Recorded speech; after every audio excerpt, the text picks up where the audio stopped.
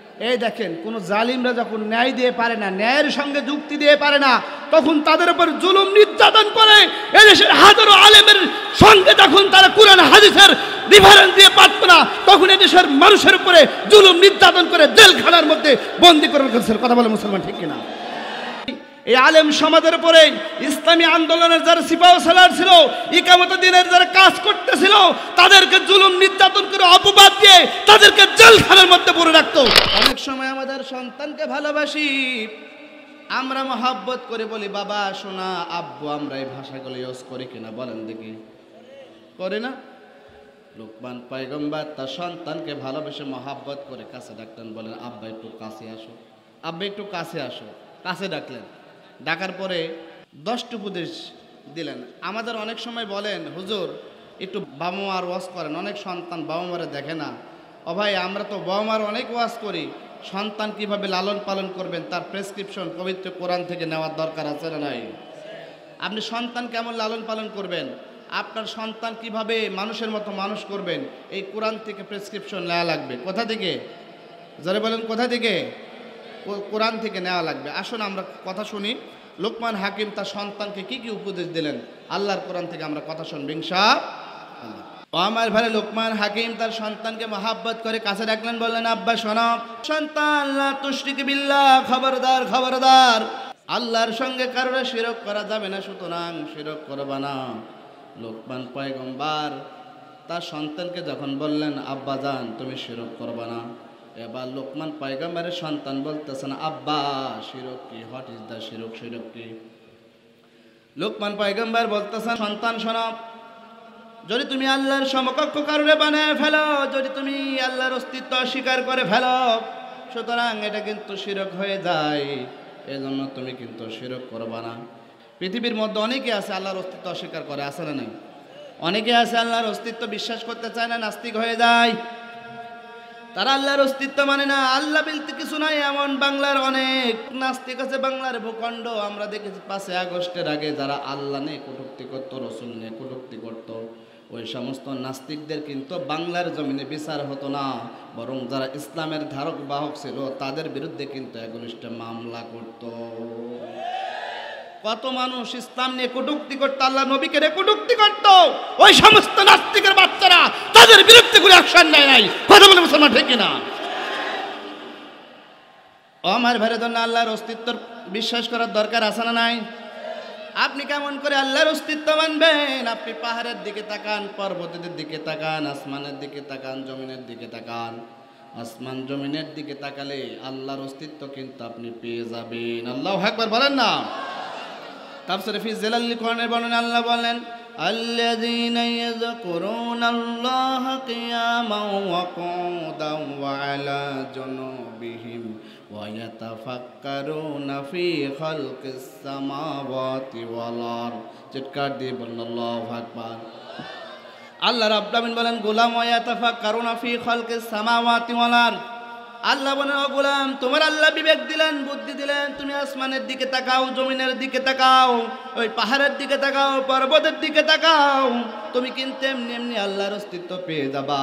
এর একজন স্রষ্টা আছে, তুমি কিন্তু ঠিক এমনি এমনি পেয়ে যাবা। এজন্য আল্লাহর অস্তিত্বের প্রমাণ দিতে তোমার কোনো কষ্ট হবে না। আল্লাহু আকবার বলেন না? ও আমার এবার তাফসীরে ফি জিলালিল কোরআনের বর্ণনা আল্লাহ বলেন আলাম নাজআল লাহু আইনাইন ওয়ালিসানা ওয়া শাফাতাইন ওয়া হাদাইনাহুন নাজদাইন। আল্লাহ বলেন গোলাম তোমার চোখ দিলাম, তুমি আকাশের দিকে তাকাও, তোমার ব্রেন দিলাম, বুদ্ধি দিলাম, তুমি গবেষণা করো। এই পাহাড় পর্বত সম্পর্কে গবেষণা করলেই তুমি এক আল্লাহর কিন্তু পরিচয় পেয়ে যাবা। আল্লাহু আকবার বলেন না? ও আমার ভাই, আমি একটা এক্সাম্পল দেব। আমরা বাংলাদেশের মানুষ যে ইমামকে বেশি ফলো করি, ইমামে আজম আবু হানিফা রাহমাতুল্লাহ, তার সময় ছিল একজন নাস্তিক, তিনি আল্লাহ বলতে কিছু মানতেন না। নাউজুবিল্লাহ বলেন না? এই নাস্তিক কিন্তু আল্লাহ বলতে কিছু মানত না, তিনি বলতো আল্লাহ বলতে কিছু নেই। জোরে বলেন নাউজুবিল্লাহ। এবার নাস্তিক মুসলমানদেরকে বলতেছে না, মুসলমানরা আমি আল্লাহ টাল্লাহ কিছু মানি নাই, আল্লাহ নাই, আল্লাহ বলতে কিছু নাই। তোমরা কি আল্লাহর পরিচয় দিতে পারবা? এখন দেখেন, আমাদের মধ্যে যদি কোনো মাসলা মাসাইলগত সমস্যা হয়, আমরা কার কাছে যাব? কাদের কাছে যাব? ইমামদের কাছে, আলেমদের কাছে। কথা বলেন, ইমাম আলেমদের কাছে আমরা চলে যাব। হুজুর, এই মাসলাটা আপনি দিয়ে দেন, এই বিষয়টা আপনি সমাধান করে দেন, একটু বিতর্ক হয়েছে। কথা বলেন, ঠিক কিনা? এবার মুসলমানরা বলতে, শোনো নাস্তিক শোনো, আমরা দেব না, তবে আমাদের ইমাম সাহেব আছেন, উনি কিন্তু আল্লাহর পরিচয় দিয়ে দেব। আল্লাহু আকবার বলেন না। এবার নাস্তিক বলতেছে না, মুসলমানরা তোমাদের ইমামকে? তখন মুসলিমরা বলল, আমাদের ইমাম হোসেন ইমামে আজম আবু হানিফা রাহমাতুল্লাহ, তিনি কিন্তু তোমার প্রশ্নের উত্তর দিয়ে দিবেন, আল্লাহর প্রমাণ দিয়ে দিবেন। আমরা দেব না, আমাদের ইমাম সাহেব কিন্তু দিবেন। এবার মুসলমানরা চলে আসলে ইমামে আজম আবু হানিফা রাহমাতুল্লাহর কাছে। আসার পরে বলতেছেন, মুসলমানরা বলতেছেন, ইমাম সাহেব একজন নাস্তিক, আল্লাহ বলতে কিছু মানে না, তিনি আল্লাহ বিশ্বাস করেন না, আপনি কি আল্লাহর পরিচয় দিয়ে দিবেন? এবার ইমাম আজম বলতেছেন, ঠিক আছে, আমি আল্লাহর পরিচয় দিয়ে দেব। এবার মুসলমানরা নাস্তিকের কাছে গেলেন, একটা দিন নির্ধারণ করলেন, একটা সময় নির্ধারণ করলেন। হাজার হাজার মানুষ একটা সম্মেলন উপস্থিত হয়ে গেল। এদিকে ইমামে আজম আবু হানিফা রাহমাতুল্লাহ, তিনি আল্লাহর একত্ববাদের প্রমাণ দিয়ে দিবেন। আর এদিকে নাস্তিক বলতেছেন, আল্লাহ বলতে কিছু নাই। বিশাল একটা বিতর্কের মঞ্চ তৈরি করা হলো, হাজার হাজার মানুষ সেখানে উপস্থিত হয়ে গেল। মুসলমানরা গেল, নাস্তিক গেল। ও আমার ভাইরা, এবার ইমাম আজম আবু হানিফা রাহমাতুল্লাহ ইচ্ছাকৃতভাবে 2 ঘন্টা লেট করলেন। কয় ঘন্টা? এবার নাস্তিক বলতেছে না, মুসলমানরা তোমাদের ইমামের মাথা শেষ, যার সময় জ্ঞান বলতে কিছু নাই, আমরা টাইম নির্ধারণ করে দিলাম। ইমাম সাহেব কয় ঘন্টা লেট করেছে? তোমাদের ইমাম সাহেব তো 2 ঘন্টা লেট করেছে, তার তো সময় জ্ঞান নাই, সে কেমন করে আল্লাহর অস্তিত্বর প্রমাণ দিয়ে দিবে? এবার ইমাম আজম আবু হানিফা বলতেছেন, ভাই আমার একটা ওজর আছে। নাস্তিক বলতেছেন, তোমার কি ওজর আছে? ইমাম আজম আবু হানিফা বলতেছেন, ভাই আমার বাড়ি থেকে যখন বের হব, বাড়ি থেকে বের হওয়ার পরে বিশাল একটা নদী। এখন বলেন, নদী পার হতে হলে কি লাগে বলেন দেখি? নৌকা ছাড়া পার হওয়া যায়? ইমাম আজম আবু হানিফা বলতেছেন, ভাই আমি যখন আমার বাড়ি থেকে বের হব, বিশাল একটা নদী, আমি নদী কেমন করে পার হব? দেখতেছি ঘাটে কোনো নৌকা নাই, কেমন করে নদী পার হব? আমি দেখলাম নদীর পাশে বিশাল একটা গাছ, এমনি এমনি গাছটা কেটে পড়ে গেল। তারপর লক্ষ্য করলাম ওই গাছ থেকে কিছু তক্তা বের হয়ে আসলো। তারপর লক্ষ্য করলাম এমনি এমনি তক্তা থেকে নৌকা হয়ে গেল। এই যে এমনি এমনি গাছ কেটে পড়ে গেল, এমনি এমনি তক্তা বের হয়ে আসলো, এমনি এমনি নৌকা হয়ে গেল, এমনি এমনি আমাকে পার করে দিল। এই জন্যই এই যে প্রক্রিয়া, এই প্রক্রিয়ার জন্য কিন্তু 2 ঘন্টা সময় লেগেছে। এবার নাস্তিক বলতেছেন, তোমাদের ইমামকে পাগলাগারোতে পাঠাও, কারণ এমনি এমনি কোনো কিছু হয় না। এমনি এমনি কি গাছপালা কেটে পড়ে যায়? জোরে বলেন, যায়? এমনি এমনি গাছপালা কেটে পড়ে যায় না, এমনি এমনি নৌকা হয় না। নাস্তিক বলতেছেন, ইমাম আজম আবু হানিফা, এমনি এমনি দুনিয়ায় কোনো কিছু হয় নাকি? এই যে বিশাল একটা মঞ্চ তৈরি করা হয়েছে, প্যান্ডেল তৈরি করা হয়েছে, এই যে ডেকোরেশনের যারা দায়িত্ব পালন করেন, তারা কিন্তু মঞ্চ প্যান্ডেল তৈরি করেছেন, এমনি এমনি হয়েছে নাকি? তার মানে দুনিয়ার কোনো কিছু এমনি এমনি হয় না। নাস্তিক ইমাম সাহেবকে বলতেছেন, ইমাম আজম আবু হানিফা, দুনিয়ায় কোনো কিছু এমনি এমনি হয় না। ইমাম আজম আবু হানিফা বলতেছেন, ও নাস্তিক শোনো, এই তো আসল জায়গায় আসো। একটা নদী যদি, একটা গাছ যদি এমনি এমনি কেটে পড়ে না যায়, গাছ থেকে তক্তা বের হয়ে না যায়, যদি এমনি এমনি নৌকা না হয়ে যায়, এই বিশাল সুবিশাল আসমান জমিন পাহাড় পর্বত তো কি এমনি এমনি সৃষ্টি হয়ে যায়? আল্লাহু আকবার বলেন না। নাস্তিক বলতেছে, ভাই আগে তো বুঝি নাই, দুনিয়ায় কোনো কিছু এমনি এমনি হয় না। জোরে বলেন, এমনি এমনি হয়? এই প্যান্ডেল কি এমনি এমনি হয়েছে নাকি? একজন তৈরি করেছে কিনা? সুতরাং দুনিয়ার কোনো কিছু এমনি এমনি হয় না। এবার নাস্তিক বলতেছে, না ইমাম আজম আবু হানিফা, বুঝলাম এমনি এমনি দুনিয়ার কোনো কিছু হয় না। সুতরাং এখন থেকে আমি আর নাস্তিক নাই, আমাকে আস্তিক করে দাও, আমি এখন থেকে মুসলমান হয়ে যাব, আমাকে কালিমা পড়ে দাও, লা ইলাহা ইল্লাল্লাহু মুহাম্মাদুর রাসূলুল্লাহ। এজন্য ভাই আল্লাহ বলেন, আলাম নাজআল লাহু আইনাইন ولسانا وشفتين وهديناه النجدين আল্লাহ বলেন, ও গোলাম, আল্লাহ তোমার চোখ দিলেন, বিবেক দিলেন, বুদ্ধি দিলেন, এই জন্য গবেষণা করার দরকার আছে না নাই?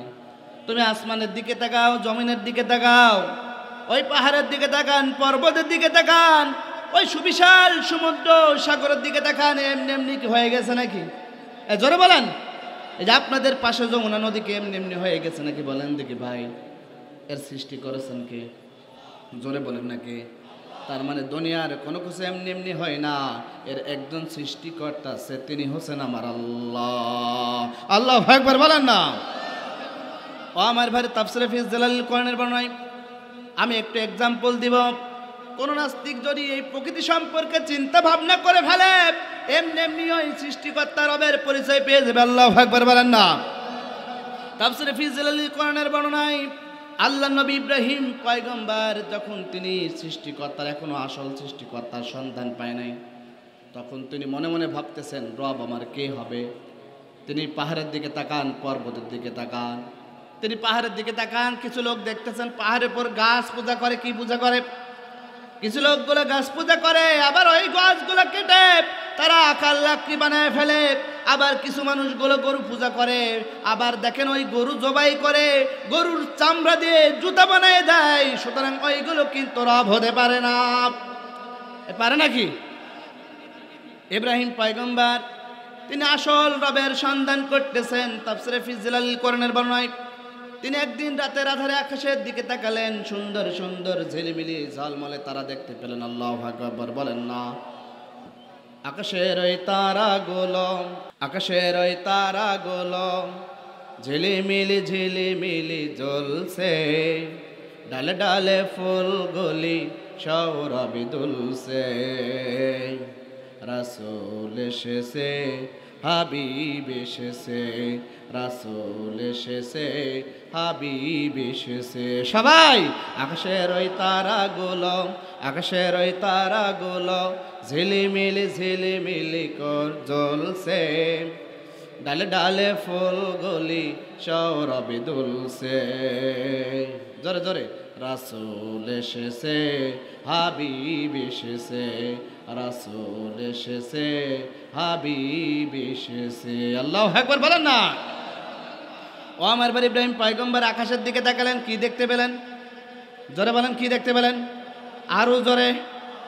ইব্রাহিম পয়গম্বর আকাশের দিকে তাকালেন, তিনি তারকা দেখতে পেলেন। তাফসীরে ফি জালালিল কোরআনের বর্ণনায় আল্লাহ রাব্বুল আলামিন বলেন, ফালাম্মা জান্না আলাইহিল লাইলু রাআ কাওকাবান ক্বালা হাযা রাব্বি ফালাম্মা আফালা ক্বালা লা উহিব্বুল আফিলিন। চিৎকার দিয়ে বলুন আল্লাহু আকবার।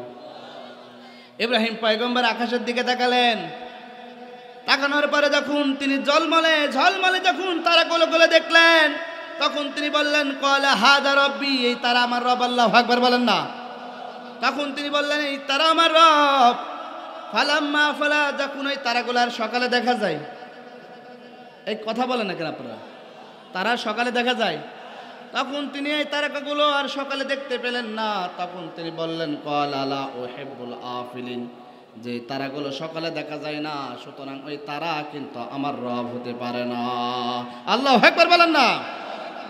ও আমার ভাই, তাফসীরে ফি জালালিল কোরআনের বর্ণনায় তিনি আবার পরের দিন এবার আকাশের দিকে তাকালেন, তারার চাইতে বড় দেখা যায় চাঁদ। কথা বলেন না কেন? সুতরাং তারার চাইতে বড় দেখা যায় চাঁদ। এবার তিনি তখন চাঁদগুলো দেখলেন, দেখার পরে তিনি বললেন, ওই চাঁদ আমার কিন্তু রব। আল্লাহর কোরআন থেকে বলতেছি, সকলে লক্ষ্য করে শুনবেন। আল্লাহ রাব্বুল আমিন বলেন, ফালাম্মা রাআল কমারা বাযিগান ক্বালা হাযা রাব্বি ফালাম্মা আফালা ক্বালা লা ইল্লাম ইয়াহদিনি রাব্বি লা আকুনান্না মিনাল কওমিদ দাল্লিন।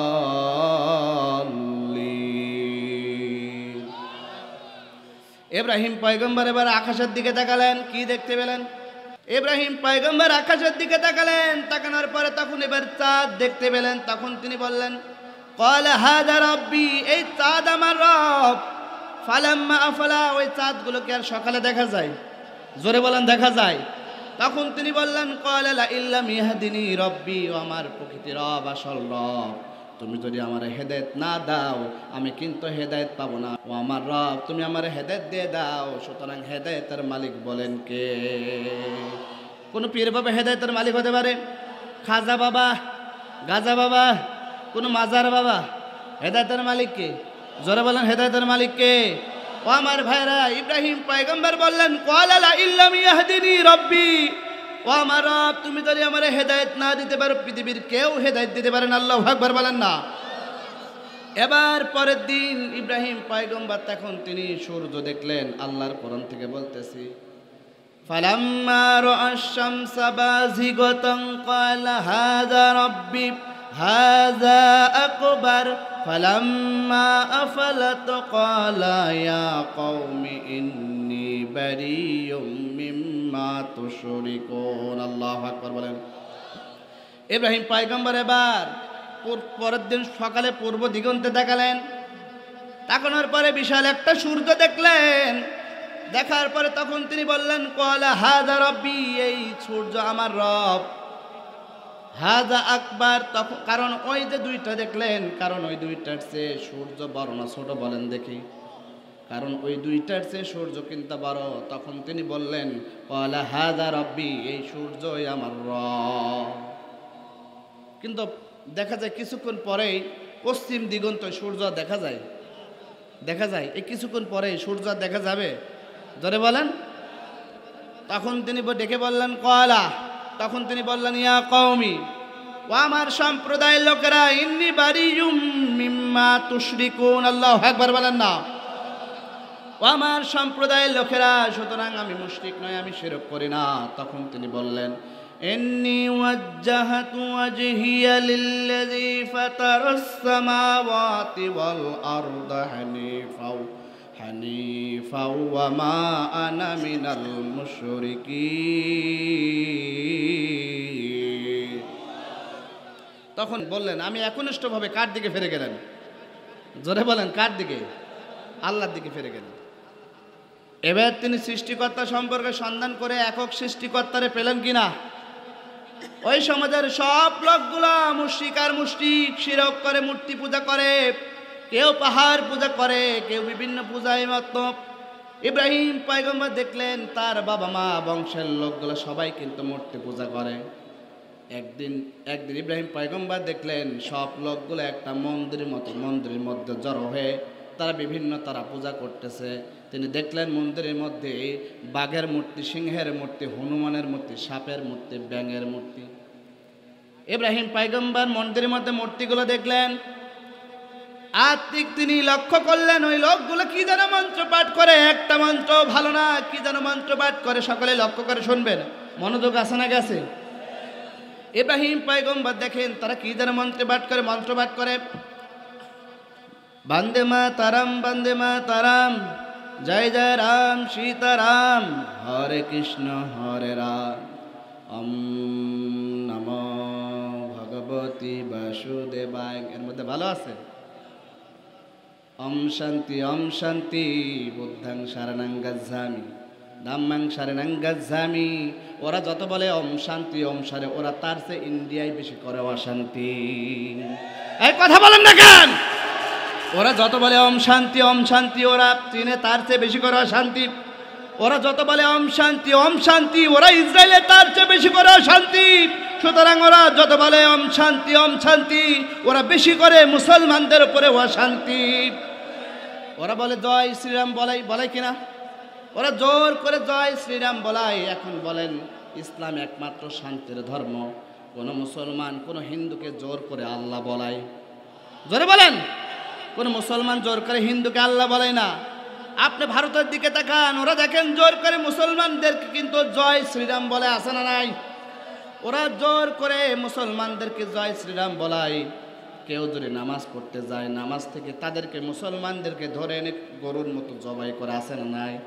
যারা নামাজ থেকে মুসলমানদেরকে ধরে গরুর মতো জবাই করে, যারা মসজিদগুলো ভেঙে ফেলে, ওরা যদি বলে ওম শান্তি, এর মধ্যে কোনো শান্তি নেই। কথা বলেন ঠিক কিনা? ওরা বলে আমাদের শান্তি।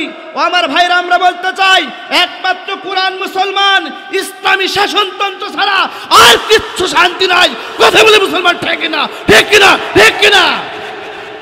একমাত্র ইসলাম শান্তির ধর্ম। একমাত্র টুপিওয়ালারাই শান্তি বোঝে, একমাত্র যুব্বওয়ালারা শান্তি বোঝে, একমাত্র দাড়িওয়ালারা শান্তি বোঝে। আর কোন জাতি সম্প্রদায় শান্তির কথা বলে, কিন্তু শান্তি ওরা কায়েম করতে চায় না। কথা বলে মুসলমান, ঠিক কিনা? ঠিক কিনা? ঠিক কিনা? ওরা যতই বলে শান্তির কথা, ওরা বলে করে। এবার ইব্রাহিম পয়গম্বর দেখতেছেন, ওরা বলে বন্দে মাতরম, বন্দে মাতরম, জয় জয় রাম সীতারাম, হরে কৃষ্ণ হরে রাম, ওম নমো ভগবতী বাসুদেবায়। এর মধ্যে ভালো আছে? বলেন, ধরে বলেন। ইব্রাহিম পয়গম্বর দেখেন এর মধ্যে একটাও তো ভালো নাই। এবার লোকজন ইব্রাহিম পয়গম্বরকে বলতেছেন, ইব্রাহিম আজকে আমাদের মেলার দিন, চলো আমরা মেলায় যাই।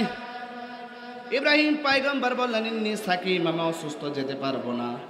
তাফসীরে ফি জিলালিল কোরআনের বর্ণনায় একজন মানুষ কিন্তু দুই ধরনের অসুস্থ হয়। কয় ধরনের? কি কি বলেন দেখি? মাশাআল্লাহ, শারীরিক আর মানসিক। ইব্রাহিম পয়গম্বর কিন্তু মানসিক রোগে ভুগতেছিলেন। একজন নবী, তিনি তাওহীদের বাণী নিয়ে সমাজে প্রচার করবেন। দেখতেছেন তার বাবা মা সব কমের লোকগুলো যদি মূর্তি পূজা করে, একজন নবী হিসেবে তিনি কি অসুস্থ থাকতে পারেন? এবার ইব্রাহিম পয়গম্বর মানসিক রোগে ভুগতেছেন। তিনি বললেন, ইন্নী সাকিম, আমি অসুস্থ, যেতে পারবো না। এবার লোকজন বলল, ইব্রাহিম তাহলে আমাদের মূর্তিগুলো পাহারা দাও। ইব্রাহিম পয়গম্বর বলে, যা, তোদের জন্মের মূর্তিগুলো, তোদের মূর্তিগুলো জন্মের পাহারা দেওয়া দেবো। আল্লাহর কোরআন থেকে বলতেছি, লক্ষ্য করে শুনবেন, মনোযোগ আছে তো? এবার লোকজন বলল, ইব্রাহিম তাহলে আমাদের মূর্তিগুলো পাহারা দাও, আমরা সকলে যাই। সব লোকগুলা এবার তারা মেলায় চলে গেল। এবার ইব্রাহিম পয়গম্বর দেখতেছেন, ওই যে মন্দিরের মধ্যে কোথাও বাঘের মূর্তি, কোথাও সিংহের মূর্তি, কোথাও হনুমানের মূর্তি, কোথাও ব্যাঙের মূর্তি, কোথাও বা আবার সাপের মূর্তি। মূর্তির সামনে সুন্দর সুন্দর ডিজায়ার আইটেম খাবার পরে আসে। আপনি মন্দিরে যাবেন, দেখবেন মন্দিরের সামনে কিন্তু প্রসাদ থাকে, আছে না নেই? ওরা ওখানে রেখে দেয়, 2 দিন পরে খায়, বলে এটা বাবার খাবার, খোদার খাবার। নাউজুবিল্লাহ বলেন না? ওরাই রেখে দেয়, ওরাই বলে এটা খোদার খাবার। ইব্রাহিম পয়গম্বর এবার দেখলেন সুন্দর সুন্দর ডিজায়ার আইটেম খাবার। আল্লাহর কোরআন থেকে বলতেছে, ফারাগাইলা আলিহাতিম। ইব্রাহিম পয়গম্বর মন্দিরের মূর্তিগুলোর কাছে গেলেন, যাওয়ার পরে সুন্দর সুন্দর ডিজায়ার আইটেম খাবারগুলো তুললেন, এইভাবে তুললেন। তোলার পরে বলতেছেন, একটা মূর্তির সামনে ধরলেন, বলতেছেন, ফাকাল আলা তাকুলুন, তুই খা। এখন বলেন, ওকে খেতে পারবে? পারবে না। ইব্রাহিম পয়গম্বর মহাব্বত করে সুন্দর করে মিষ্টি কণ্ঠে বলতেছে, ফাকাল আলা তাকুলুন, তুই খা, খেতে পারবে? ও তো খায়ও না। ইব্রাহিম পয়গম্বর বলে, কি রে, খায় না কেন? এত সুন্দর সুন্দর ডিজায়ার খাবার। ইব্রাহিম পয়গম্বর বলেন, মা লাকুম লা তানতিকুন, হয় খাবি না, কথা বলো, কি খেতে পারবে না? কথা বলতে পারবে? খেতেও পারবে না, কথাও বলতে পারে না। এবার ইব্রাহিম পয়গম্বর এখন মুখের উপর একটা ঘুষি মেরে দিলেন, মুখটা শেষ। এবার ইব্রাহিম পয়গম্বর বললেন, না মুখ তো নাই, খাবে কি করে? ওরে কান দি বলে, এই তুই শুনিস না আমার কথা? কানে একটা দিলেন, ওর কানও শেষ। বুঝলেন, ওর মুখও নাই, কানও নাই। ইব্রাহিম পয়গম্বর বলে, এত সুন্দর সুন্দর খাবার তুই খাইস না? একটা একটা করে ঘুষি দিতে শুরু করলেন। একটা একটা ঘুষি দিতে দিতে দিতে সবগুলো ভেঙে ফেললেন। কিছু ভাঙার পরে এবার তিনি শরীরে একটু ক্লান্ত বোধ করলেন। তাফসীরে ফি জিলালিল কোরআনের বর্ণনায় এবার তিনি তখন একটা মন্দিরের মধ্যে একটা কোরাল ছিল, মন্দিরের মধ্যে একটা কোরাল ছিল। কোরালটা নিলেন, নেওয়ার পরে একেবারে কুপা সামচু শুরু করে দিলেন। একেবারে কুপা সামচু, কুপাদে সবগুলো ফিনিশ করে দিলেন। একটা বড় মূর্তি ছিল, মূর্তির কাঁধে রাখলেন। রাখার পরে এবার লোকজন সকলে চলে আসলো। আসার পরে দেখতেছেন কারোর হাত নাই, পা নাই, মাথা নাই, চোখ নাই, কোনো কিছু নাই। আমাদের দেশে একটা মূর্তি ছিল না? এই কথা বলে না খান, 5 আগস্টের দিন বেচারার মূর্তি কি বলবো, একের মাথা মুন্ড কিচ্ছু নাই। কথা বলে না কেন? আমাদের কুষ্টিয়া একটা বড় মূর্তি ছিল, সারা বাংলাদেশে তোরপার হয়েছিল, জানেন তো? ওই মূর্তি কে বা কারা ভেঙেছিল? মাদ্রাসার 2 জন ছাত্রকে অ্যারেস্ট করেছিল। আল্লামা মামুনুল হককে অ্যারেস্ট করেছিল মূর্তি ভাঙার জন্য। সেই মূর্তিগুলো আজকে কোথায় আছে? আছে? আল্লাহর কোরআন থেকে বলতেছি, দেখেন, বিশ্বাস হয় দেখতে পারেন। আমি একটা মিথ্যা কথা বলবো না। আমাদের দেশের মানুষ নিরাপত্তা পেত না। আমি নিজে চোখে দেখেছি, কুষ্টিয়ার প্রাণকেন্দ্র 5 রাস্তা মোড়ে ওই মূর্তিকে পাহারার দেওয়ার জন্য 3টা শিফটে ভাগ করে প্রতিদিন পুলিশ পাহারা দিত। যেই দেশের মানুষ নিরাপত্তা পায় না, সে দেশে যদি মূর্তি নিরাপত্তা দেওয়া হয়, এই দেশটা কখনোই সভ্য জাতি হতে পারে না। কথা বলে মুসলমান, ঠিক কিনা? যারা মানুষকে নিরাপত্তা দিতে পারে না, তারা মূর্তিকে নিরাপত্তা দেয়। বেচারার মূর্তি 6 আগস্ট আমি কুষ্টিয়ার দিয়ে মোটরসাইকেল দিয়ে আসতেছিলাম। কুষ্টিয়ার একটা প্রাণ কেন্দ্র মজমপুর গেট, অনেকে নাম শুনতে পারেন। দেখতেছি বেচারার পা ওখানে পড়ে আছে, পা পড়ে আছে। এবার আমার বাসা তো হরিপুর ব্রিজের অপোজিটে, মানে গড়াই নদীর অপোজিটে আর কি। তা আমি নদী পার হবো ব্রিজ দিয়ে, দেখতেছি বেচারের একটা হাত ওই ব্রিজের নিচে পড়ে আছে। চিন্তা করলাম, পা দেখলাম মজমপুর গেটে, আর হাত দেখলাম গড়াই নদীতে। মাথাটা কোন খুঁজে দেখি, এসে দেখতেছি বেচারের মাথা নাই, একেবারে ধরটা পড়ে আছে, ধরটা পড়ে আছে। এই কথা বলেন না খান। যারা মূর্তি প্রতিষ্ঠা করতে চায়, যারা মূর্তির ইবাদত করতে চায়, মূর্তিকে ফুল দিয়ে শ্রদ্ধা দিতে চায়, জানাতে চায়, ওরা আবু জাহেলের উত্তরসূরি ছাড়া কিচ্ছু হতে পারে না। কথা বলে মুসলমান, ঠিক কিনা? ঠিক কিনা? ঠিক কিনা? কোন মূর্তিকে আপনি ফুল দেবেন, এটা পাইছেন কোথায়? ও আমার ইব্রাহিম পয়গম্বর এবার সব মূর্তিগুলোকে ভেঙে ফেললে লোকজন আসতেছে। আসার পরে দেখতেছেন কোথাও বাঘের মূর্তি, সিংহের মূর্তি, হনুমানের মূর্তি, সব একেবারে কোপা সামসু। কথা বলেন এখন, সব ভেঙে একেবারে ফিনিশ, একটা মূর্তি নাই। এবার লোকজন বলতেছেন, ইব্রাহিম তুমি আমাদের মূর্তিগুলো ভাঙলে কেন? ইব্রাহিম বলতেছেন, আমি কিচ্ছু জানি না, কিচ্ছু ভাঙি নাই। বলতেছেন, কে ভেঙেছে? লোকজন বলতেছেন, কে ভেঙেছে? ইব্রাহিম পয়গম্বর বলতেছেন, আমি কিচ্ছু জানি না, সব জানে তোদের এই বড় রাম বাবু। এই কথা বলেন না কেন? এবার লোকজন বলে, কিরে ইব্রাহিম দেখ, বলতেছেন ইব্রাহিম রাজনীতি শুরু করে দিয়েছে। এই কথা বলেন না কেন? লোকজন বলতেছে ইব্রাহিম রাজনীতি শুরু করে দিয়েছে, ইব্রাহিমকে ধর, নমরুদের কাছে নিয়ে যাক। এই দেখেন, কোন জালিমরা যখন ন্যায় দিয়ে পারে না, ন্যায়ের সঙ্গে যুক্তি দিয়ে পারে না, তখন তাদের উপর জুলুম নির্যাতন করে।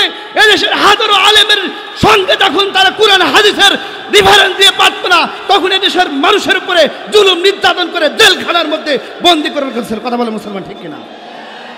এই আলেম সমাজের উপরে ইসলামী আন্দোলনের যারা সিপাহ সালার ছিল, ইকামত দিনের যারা কাজ করতেছিল, তাদেরকে জুলুম নির্যাতন করে অপবাদ দিয়ে তাদেরকে জেলখানার মধ্যে পড়ে রাখতো।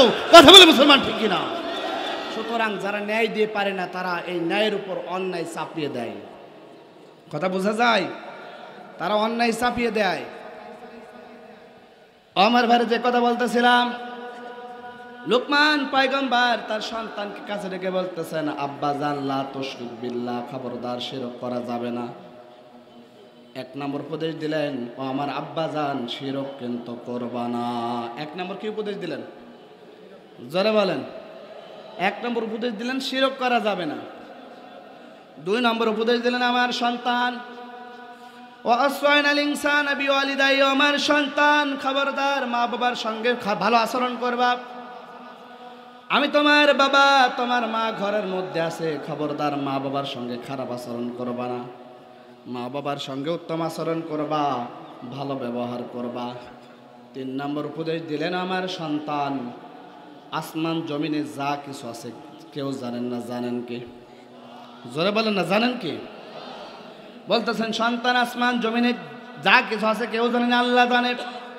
ও আমার সন্তান, আল্লাহরে ভয় করবা। 4 নম্বর উপদেশ দিলেন, সন্তানকে আরো কাছে ডাকলেন, মহব্বত করে বললেন, আব্বা একটু কাছে আসো, আরো কাছে আসো। আল্লাহর কোরআন থেকে বলতেছি, ও আব্বা আরো কাছে আসে। আল্লাহু আকবার বলেন না? ও আব্বা আরো কাছে আসো। তিনি সন্তানকে উপদেশ দিলেন, ইয়া বুনাইয়া আকিমিস সালাতা ওয়া আমর বিল মা'রুফ ওয়া নাহা আনিল মুনকার ওয়াসবির আলা মা আসাবাক ইন্না যালিকা মিন আজমিল উমুর।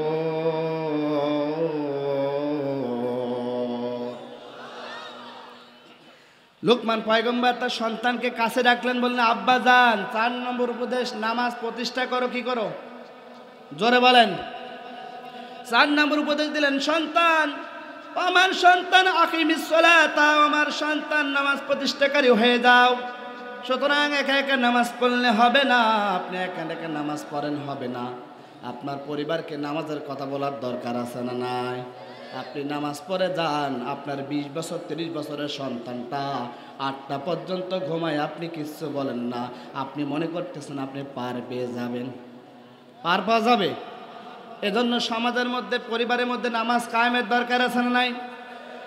তাফসীরে তাবারী বর্ণনা আমি যেটা দেখলাম, আল্লাহ রাব্বুল আলামিন বলেন, ইয়া আইয়ুহাল্লাযীনা আমানু কু আনফুসাকুম ওয়া আহলিকুম নারা। আল্লাহ বলেন, ইয়া আইয়ুহাল্লাযীনা আমানু, হে ঈমানদারগণ, কু আনফুসাকুম, তুমি বাঁচো, ওয়া আহলিকুম, তোমার পরিবারকে বাঁচাও, নারা, জাহান্নামের আগুন থেকে। আমার ভাইরা, নিজে বাঁচতে হবে, নিজের পরিবারকে বাঁচাতে হবে। নির্দেশটা কার? জোরে বলেন না, নির্দেশটা কার? তার মানে নিজে বাঁচতে হবে, নিজের পরিবারকে বাঁচাতে হবে। তাফসীরে ফি জিলালিল কোরআনের বর্ণনা আমি দেখলাম, আহাল বলতে আমরা শুধু নিজের পরিবারকে বুঝাই, বাবা মা ভাই বোন, না না না। আহাল বলতে আপনার সমাজের লোক, আহাল বলতে আপনার এলাকার লোক, আহাল বলতে গোটা বাংলার লোক, আহাল বলতে গোটা বিশ্বের মুসলমান সম্প্রদায়ের লোক। আল্লাহু আকবার বলেন। তার মানে শুধু আপনি নামাজ পড়বেন না, সমাজে নামাজের কথা বলার দরকার আছে না নাই? দেশের লোক যদি নামাজ না পড়ে, আপনি নামাজ প্রতিষ্ঠা করার চেষ্টা করবেন। লোকমান পয়গম্বর 4 নম্বর উপদেশ দিলেন, আমার সন্তান তুমি নামাজ প্রতিষ্ঠাকারী হয়ে দাও। 5 নম্বর উপদেশ দিলেন, আমার সন্তান ওয়া আমরু বিল মা'রুফ। আল্লাহু আকবার বলেন না। লোকমান পয়গম্বর 5 নম্বর উপদেশ দিলেন, সন্তান মানুষকে ভালো কথা বলবা, মানুষকে নামাজের কথা বলবা, মানুষকে কোরআনের কথা বলবা, মানুষকে কিয়ামতের দিনের কথা বলবা, মানুষকে ভালো কথাগুলো বলবা, মানুষ যাতে সত্যের পথে চলে এমন কথাগুলো বলবা। 5 নম্বর উপদেশ দিলেন, আমার সন্তান তুমি মানুষকে ভালো কথাগুলো বলবা। 6 নম্বর উপদেশ দিলেন, ওয়ানহা আনিল মুনকার, আমার সন্তান সমাজে তুমি খারাপ কাজগুলো নিষেধ করবা। এই কথা বলেন না খান, ও আমার সন্তান খারাপ কাজগুলো নিষেধ করবা। সমাজে যত অশ্লীলতা বেহায়াপনা সব বন্ধ করতে হবে। কোথাও মমতা আপার গান বাজনা করতে দেওয়া যাবে না, সালমা আপার গান বাজনা করতে দেওয়া যাবে না। কোথাও যদি যাত্রার প্যান্ডেল হয়, সঙ্গে সঙ্গে যুবকরা, টাঙ্গাইলের যুবকেরা শক্ত হাতে দমন করতে হবে। কে কে রাজি আছেন? 2 হাত তুলে আল্লাহর দেখান। লিল্লাহে তাকবীর, লিল্লাহে তাকবীর। হ্যাঁ, হাত তামান। তার মানে এই শক্ত হাতে আমরা দমন করবো। রাজি আছেন না? কোন যাত্রার প্যান্ডেল এই গোপালগোপুর, এই সৈয়দপুর এলাকায় যাত্রার প্যান্ডেল হতে দেব না। যদি এক বিন্দু রক্ত থাকে, সব যাত্রার প্যান্ডেল বেহায়াপনা অশ্লীলতা বন্ধ করবে ইনশাআল্লাহ, ইনশাআল্লাহ, ইনশাআল্লাহ। কথা বলে মুসলমান, ঠিক কিনা? ও আমার ভাইরা, 6 নম্বর উপদেশ দিলেন, সন্তান সমাজে অন্যায় কাজগুলো প্রতিহত করতে হবে। নির্দেশটা কার?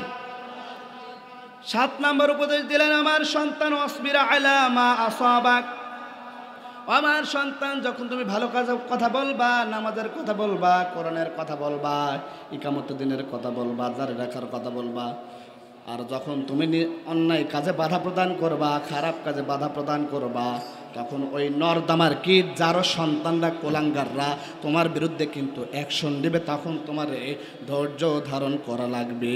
এই কথা বলেন না কেন? বলতেছেন সন্তান, ওই কুলাঙ্গাররা আছে না সমাজে? আছে না? অনেক সমাজে কুলাঙ্গার আছে, অনেক জায়গায় যারা সন্তান আছে, ওই কুলাঙ্গাররা তখন তোমার বিরুদ্ধে অ্যাকশন নেবে, তোমার বিরুদ্ধে মামলা দেবে, হাঙ্গামা করবে।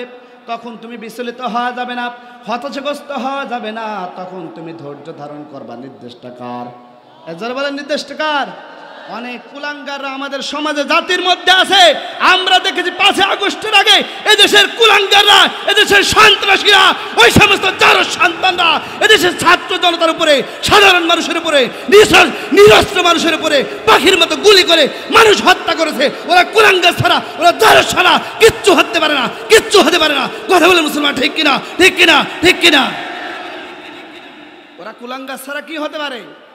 যারা একটা নিরস্ত্র, একটা ছোট্ট ছোট্ট বাচ্চা, সাধারণ মানুষকে যারা গুলি করে হত্যা করতে পারে তার চাকরির জন্য, তার ক্ষমতার জন্য, ওরা সভ্য কুলাঙ্গার ছাড়া কিচ্ছু হতে পারে না।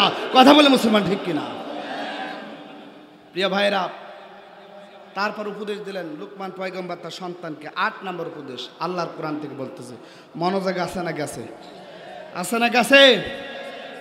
তাফসীরে ফি জিলালিল কোরআনের বর্ণনায় লুকমান পয়গম্বর তার সন্তানকে উপদেশ দিলেন আল্লাহর কোরআন থেকে বলতেছি, ওয়ালা তুসাইর খাদ্দাকা লিন-নাসি ওয়ালা তামশি ফিল আরদি মারহা ইন্নাল্লাহা লা ইউহিব্বু কুল্লা মুখতালিন ফাখুর।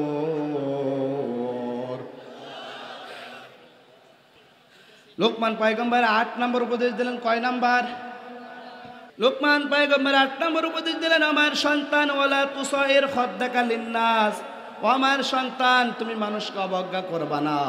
একজন ভ্যান চালক তিনিও মানুষ, কথা বলেন এখানে। একজন ভ্যান চালক তিনিও মানুষ, একজন রিক্সা চালক তিনিও মানুষ, একজন দিনমজুর তিনিও মানুষ। খবরদার খবরদার, ওয়ালা তুসাইর খাদ্দাকা লিন-নাস, ওই মানুষকে অবজ্ঞা করবা না।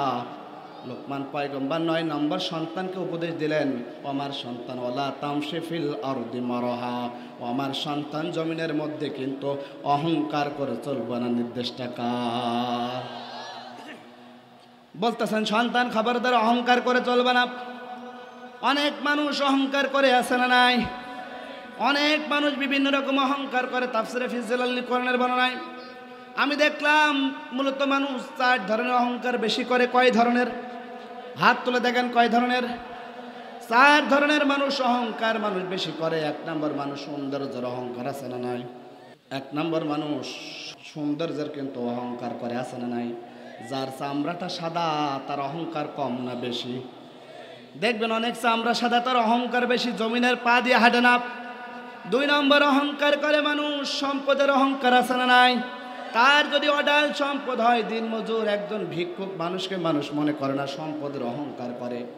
3 নম্বর মানুষ অহংকার করে মানুষ সুটাম অর্থাৎ শক্তির অহংকার করে। দেখবেন যার অনেক শক্তি আছে, সুটাম দেহ, দুর্বল মানুষকে মানুষ মনে করে না, কলার ধরে 2-1টার ঘুষি দিয়ে দেয়। 4 নম্বর মানুষ অহংকার করে বংশমর্যাদার অহংকার করে। কোন বংশের যদি 400 মানুষ হয়, অন্য বংশের 200 মানুষকে আর পরোয়া করে না, বরং তাদের উপর জুলুম করে, নির্যাতন করে, নিপীড়ন করে। সুতরাং এই অহংকার থেকে তার সন্তানকে হেফাজতের কথা বললেন, ও আমার সন্তান খবরদার অহংকার করা কিন্তু যাবে না। সর্বশেষ 10 নম্বর উপদেশ দিলেন সন্তানকে, আল্লাহর কোরআন থেকে বলতেছি, অকসিদ ফি মাশইকা ওয়াগদুদ মিন সাউতিক। 10 নম্বর উপদেশ দিলেন সন্তান, আমার সন্তান তুমি মানুষের সঙ্গে কিন্তু বিনয় করে কথা বলবা, বিনয়ের সঙ্গে চলবা, উগ্রভাবে চলবা না। খবরদার খবরদার, তুমি মানুষের সঙ্গে খারাপ ব্যবহার করবা না। নির্দেশটা কার? খারাপ ব্যবহার করা যাবে না, বিনয়ের সাথে ব্যবহার করতে হবে। একজন আলেম মানুষ, টুপিওয়ালা মানুষ, একজন ইসলামের নেতা, ইসলামী আন্দোলনের নেতা, এই ভালো মানুষকে সম্মানিত করে ডাকতে হবে। খবরদার তার হাত দিয়ে তাকে হ্যান্ডকাপ করবা, হ্যান্ডকাপ মারবা, পায়ে ডান্ডা বেরি মারবা, তাকে অসম্মানিত করবা। ও আমার সন্তান খবরদার খবরদার, সম্মানিত লোককে সম্মানিত করতে হবে। সুতরাং যিনি সম্মানের অধিকারী তাকে অপমানিত করা যাবে না। লোকমান পয়গম্বর এই 10টা উপদেশ কিন্তু তার সন্তানকে দিলেন। আল্লাহু আকবার বলেন না? আল্লাহু আকবার বলেন না? ও আমার ভাইরা, সুতরাং আমি বলতেছি এই 10টা উপদেশ যদি আপনার সন্তানকে দেন, আমি কোরআন থেকে বলতেছি এই 10টা উপদেশ যদি আপনার সন্তানকে দেন, আল্লাহি রব্বি কাবা, এই কোরআন হাতে বলতেছি, বৃদ্ধ অবস্থায় আপনার সন্তান আপনাকে লাথি মেরে ঘর থেকে বের করে দিবে না। কথা বলে মুসলমান, ঠিক কিনা? আরে আপনার সন্তান আপনাকে ঘর থেকে বের করে দেয়, আপনার দোষ। আপনার সন্তান ছিল ছোট্ট অবস্থায় কাদামাটি, আপনি ওরে যেমন করে ব্যবহার করতেন, যেমন বানাতেন তেমন হতো।